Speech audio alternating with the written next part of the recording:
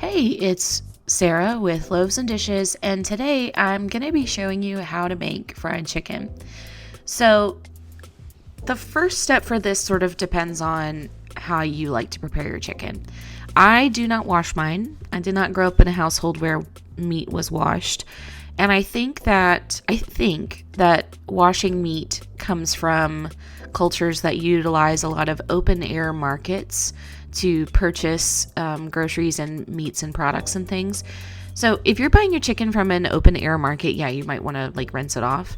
But other than that, washing your meat is up to you. I'd like to dry mine off. It helps the flour and everything stick really well. I would recommend drying your meat no matter whether you wash it or not. If you do choose to wash your meat, I would recommend putting it in your sink in a bowl and rinsing it, filling the bowl with water and then rinsing your meat that way. I wouldn't use any soaps, and I wouldn't spray water directly on the chicken, because spraying water on the meat can cause particles to aerosolize, and then you could have salmonella in your air and on other surfaces there where it would land and stick to. But if you're thoroughly cleaning your entire kitchen after you cook your chicken, you can do whatever you want. I don't think that there are very many people, if any, who have ever gotten sick from washing their meat. So it's really up to you, and don't let anybody tell you otherwise. So now I'm making my dredging station. I didn't have any buttermilk, so I added some milk and a little bit of vinegar to a bowl, and then I added flour and seasonings to another bowl. When it comes to frying chicken, more seasonings is more. You want to use a lot. So I used probably a tablespoon of ranch powder. I put in a bunch of salt. I put in pepper.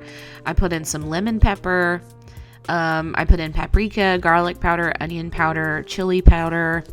You could add fresh herbs too. I think I said paprika. Thyme, oregano, any dried fresh herb would be good. Dried or fresh herb would be good. Then you want to mix that around really, really well.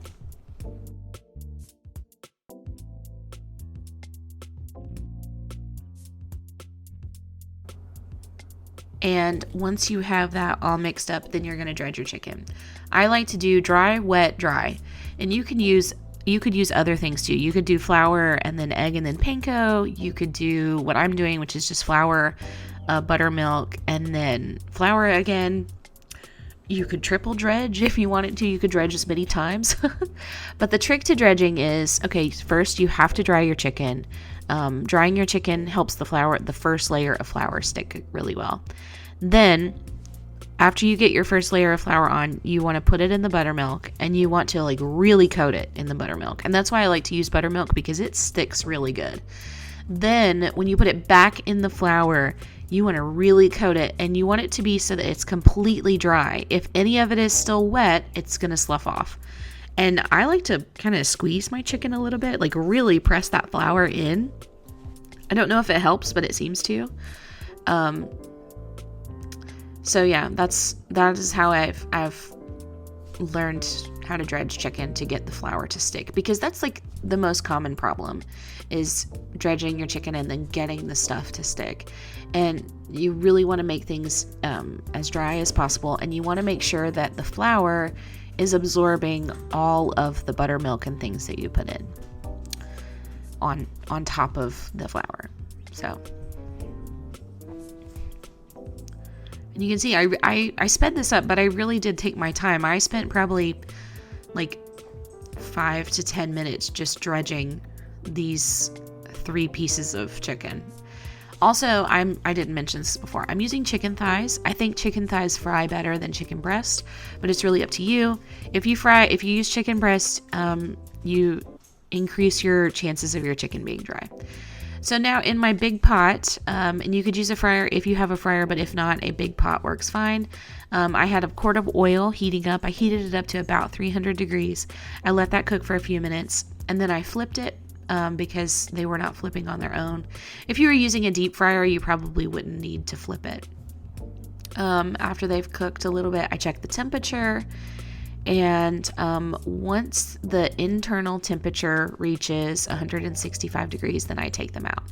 And when you're checking temperatures, you want to make sure that you stick your thermometer you want to make sure you get it into the middle of the meat, or as close to the middle as you can.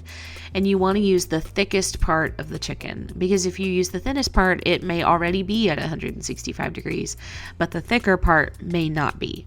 So you want to make sure that you're checking in the thicker part, and you want to make sure that you're getting your thermometer as close to the center of the chicken as you possibly can.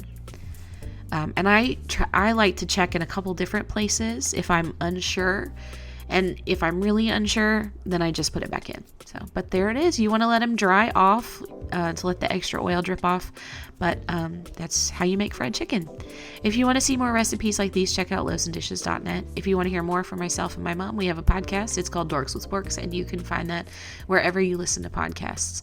Be sure to subscribe to our channel. We put out a new video every Monday through Friday, and you can follow us on Facebook at Loaves and Dishes for more. Thanks for watching.